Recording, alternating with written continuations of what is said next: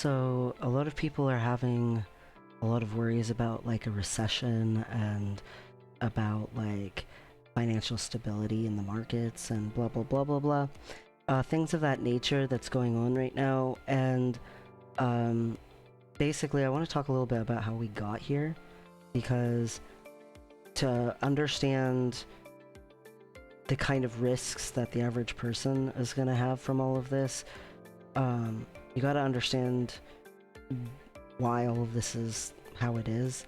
And if you go back in time, like a decade ago, or say even like 2008, when things really got bad, the government was trying to help fix the economy, and they bought a bunch of stuff with super low interest rates and everything, gave out money and loans and stuff, and they were handing out money to banks and to corporations and to, you know, business loans and things like that, pretty much like candy.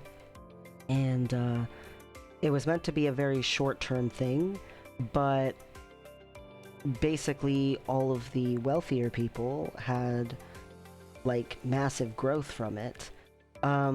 What the government was hoping would happen would be that if they invested into all of these banks, into the stock market, into the corporate world, that would create an incentive for them to invest into their workers, into higher wages, into better jobs, into better investments, expanding their businesses so that more jobs would be created, all that stuff. Most of the money, that's not what happened. Most of the money got reinvested back into their own companies, got reinvested into other stocks, got reinvested into, you know, portfolios and real estate and stuff like that. The wealthier got much wealthier, and they didn't really do very much to help the poor. The middle class got smaller and smaller because you either ended up falling in with the poor, or else you started to get super lucky, and it was not very many people, and got to basically have an increase in profit. Businesses became major, like, conglomerates of corporations all combining together. They started making, like, you know, contracts with each other to do business with each other to keep the frenzy going. And whenever something would get too many loans and not be able to pay the debt, they just got bailed out, and they got helped either by, you know, convincing investors or other corporations, or else by flat out getting bailed out by the government. Multiple times the government started to slow down this action, and every time they did, basically the corporate world and the banking world, the financial world, threw fits. And whenever they would throw a fit, the government would back off again and say, okay, never mind, here, let's keep it going, here's your low interest rates, here's the money coming in, but actually use it to help people. And every single time they'd be like, oh yeah, sure, and then they didn't. I would say a solid like 80% of the money did not go toward helping anybody, except people who were already making like 200,000 a year or more in money, probably more like people who were making like 400,000 a year or more. On top of that, taxes kind of cap off, so people who started making like billions and billions during this time, you know, they're getting taxed the exact same rate as someone who's making like, you know, 400,000 a year. And then the corporate tax gets written off. They have so many subsidies, so many, you know, lobbyists, and so many breaks that they just don't pay taxes, like, at all. They do the bare minimum on charity giving that they need to do, and they tend to invest into charities that the charities take a massive chunk of the money and reinvest it. So a lot of charitable stuff ends up being a giant scam. For instance, when you're at the cash register and they say, hey, do you want to donate to such and such cause? The company's already agreed to donate a certain amount. Anything you donate at the cash register just goes toward the company, not having to donate that much. So say they agree to donate 100,000 and you donate $1. Well, now they have to donate $1 less. That's how that works. Like, the whole thing is meant to keep the richer richer. And it's been a massive upward trend, because between the intense, you know, upgrades in like technology and data and information, marketing has been better. The ability to get people into an emotional manipulated state is super high, so people are very divided. People are feeling like other people are their enemies. People are in fear, and the fear mongering makes them stressed. The high stress hormones like cortisol makes them start needing overconsumption, and so people are in masses of debt, in a state of desperation, trying to not just desperately survive, but also desperately feel some sort of fulfillment.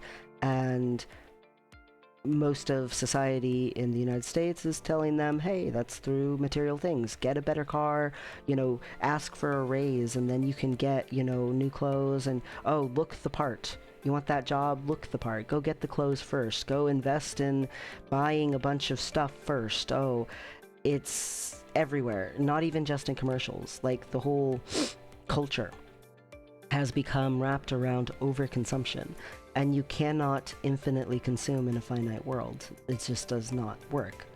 On top of that, you know, the banks, the financial world, and corporations and stuff, they took on way more during the pandemic.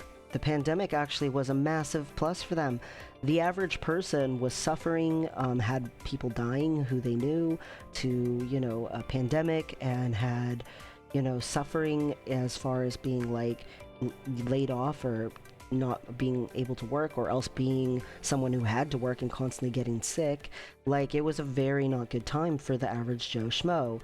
But for the rich people, they made record profits, and their profit margins that they had basically for the last 10 years are at like insane amounts. And those insane amounts are not, you know, something they want to give up. And because they don't want to give it up, they don't want to coop any of the cost of investing. They want other people to pay it. And they've run out of options as far as bailing each other out, because they're all sort of getting to the same point in debt margins and stuff. So they're trying to push it onto consumers, but consumers don't have anything really left to give. I mean, the average annual income in the United States is considered to be 54,000 something, but you've got to remember that's based on people making $0 an hour, and also people making hundreds of billions. So the average is not actually that for most people, because only 0.01% of the country actually makes the highest earning amount. Meanwhile, unfortunately, there is way too high of an amount of people who earn $0 an hour. On top of that, most of the quote-unquote people working a job are not working one job. Almost all of them either have a side hustle, gig work, freelancing, or else just flat out extra jobs on top of their normal day-to-day job. People are struggling, and it is more than half of the United States that is living below the poverty threshold. There are 0 states in the country, period. There is nowhere in the United States that you can afford a 1-bedroom apartment on minimum wage. Anywhere in the whole country. And on top of that, say you get into Section 8 or HUD housing, the wait list is years long, and when you finally get that voucher, most places won't even take the voucher. There's way more strictness about who can live where. 82% of houses that have recently been sold have been part of an HOA, because it's all about controlling everything to try to force the properties to maintain a certain amount of upward trend of gain of value. so that they're considered an investment instead of a giant money sink. Unfortunately, the people determining that value are the people who own the properties, and they can basically decide their assets are worth however much they want. Blackstone is notorious for this, for just deciding that they bought something, well, now it's worth double. It's gone up in value, double as much. You can see a lot of investors, for instance, for like months now, investors have been trying to get out of Blackstone, for example. Trying to get out of stuff, and you can see a lot of people talking about a recession, talking about the downward, trend in the markets, talking about, a lot of distress. And they're saying, oh, it's going to be terrible. Oh, it's going to be bad. And what they're actually saying is it's bad for them. The reality is that they've spent so many years milking the poorest of the poor, and basically anyone who earns 100,000, we'll even say 150,000 or less, and just ripping as much out of them as humanly possible, that it's to a point where that has bit them in the butt. There's nothing else left to milk, and they are having to come face to face with debts. On top of that, the government is sick of the raise in inflation. The government is finally to the point where they're not going to step back from, oh, we need to stop giving this easy money to the wealthy. And this means that there's going to be some stuff that goes under. The reality is that inflation being this high, again, corporations, banks, financial markets, all of the richest people are trying to push that inflation onto consumers rather than accept that that inflation is there because that's the difference between how much they have not been investing into people and have instead been investing into fake expansion and debt and pretending like they're growing, even when it's impossible to grow nonstop. And basically, there's a lot of very wealthy people who are hurting, who are losing a lot. The reality is that the average Joe Schmo person who's working an hourly job and things like that, they're gonna hurt too, just because when the rich hurt, they throw a tantrum and they try to make everyone hurt with them. Misery loves company. Unfortunately, that is just the truth. It is statistically studied that the more money you get, the less empathy you are likely to have. There is something about having that rewires your brain, and you become less of a humanitarian. It just starts to leave your system, and you have to actively work against it to retain any kind of sense of being fully conscious of the suffering of other people. People begin to seem as objects instead of as people. It's kind of the way that some people view animals, or some people, will treat living things. They don't see them as a living thing, they see them as a resource. And that's basically what starts to happen the more you gain money. You start to see other people as resources. There is some technical logic to, hey, this person can benefit me in this way, let's network, let's socialize. But there's also a very important key factor there in retaining that sense of humanity. And it's just not something that happens a lot, unfortunately, statistically. So they're finally to the point where they've dug their own grave. Some financial stuff will be fine. Some, corporations will be fine. They'll weather through. Stuff like this is survivable, but only if they readjust their thinking and realize that their profit margins have been extreme and that earning something is better than nothing. As long as they're making a profit of, say, they've been making 300% profit margins. If they change their mindset and are like, you know what, we can accept a 20% profit margin, they're going to get through. They're going to be fine. But the majority of them can't tolerate that. They really need to see the number get bigger and bigger and bigger. And that's just impossible. Numbers only can keep getting bigger as long as there's resources to exploit. And they've been exploiting fake resources and just going into debt, the very thing that you're encouraged not to do when you're poor, and yet actively encouraged to do at the same time.